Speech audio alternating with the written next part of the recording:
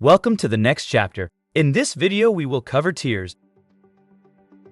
Today, we are going to start with the basic understanding of the natural eye tear film. The tears are an important part to healthy function and tissue of the eye, and often tears are forgotten about by most patients. In fact, this is probably the most common problem we'll see in our day-to-day clinic, so let's start with the basics. The tears are made in the lacrimose gland. The lamellar gland is located on the temporal side of each eye. It is a soft material inside the eyelid. The lack of gland is responsible for the water component of tears. This will be secreted onto the eye and mixed with the two other components, oil and mucus. The three components work together to coat the eye in a healthy layer. Without this coating, the eye is unable to perform its simple function of getting things into focus.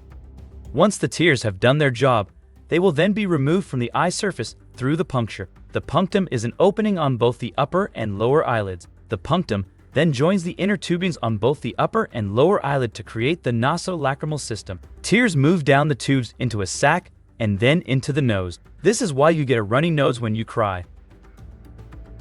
Now that we know the formation of the tears and where each component comes from, let's really dive into what each component does. The water component or aqueous layer is made from the lacrimal gland. The lipid component or oil layer is made from the eyelid, and the mucousy layer or mucus is made from the eyeball itself. The aqueous layer or water is meant to keep the eye wet. The lipid layer or oily layer is meant to keep the water on the eye. Think of the oil layer like oil at the bottom of a pan. It well coats the pan so heat can spread evenly. Same concept for the eye. The oil component keeps the water layer on the eye and allows you to coat evenly. The mucousy layer is used to help stick the water to the eye.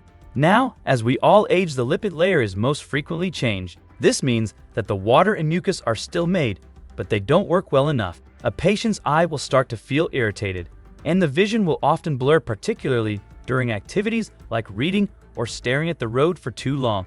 If there's a problem, we should have some ways to address this. If the problem is dry eyes because of inadequate or decreased oil component of the tear, then we should replenish this with a thick, oily eye drop like an artificial tear or Maybuk